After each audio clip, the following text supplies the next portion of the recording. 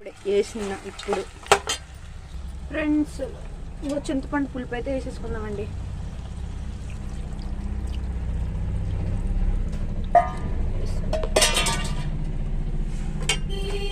కొంచెం మంట పెట్టుకుంటే చర్చికి వెళ్ళేది ఉంది ఈరోజు శుక్రవారం.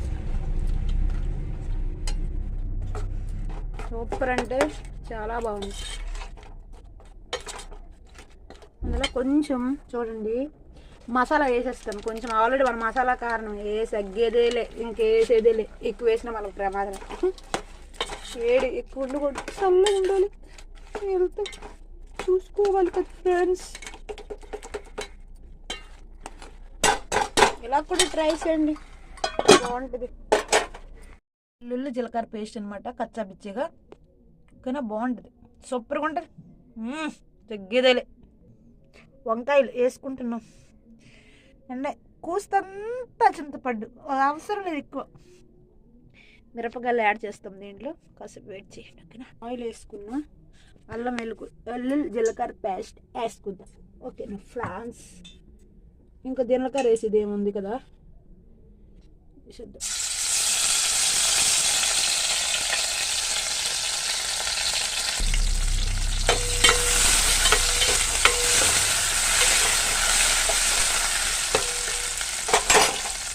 అయితే వేసుకున్నాం. అది మగ్గడానికి కాస్త ఉప్పు వేద్దాం, చిటికలా వచ్చేద్దాం. అలా చూస్తూనే ఉండండి. మీకు అది రీచ్. హాయ్ ఫ్రెండ్స్, ఒక పాట పాడుకుందామా? నీ వస్తారంటే నీ వద్దంటానా, ఆ పాట బాగుంటుంది కదా.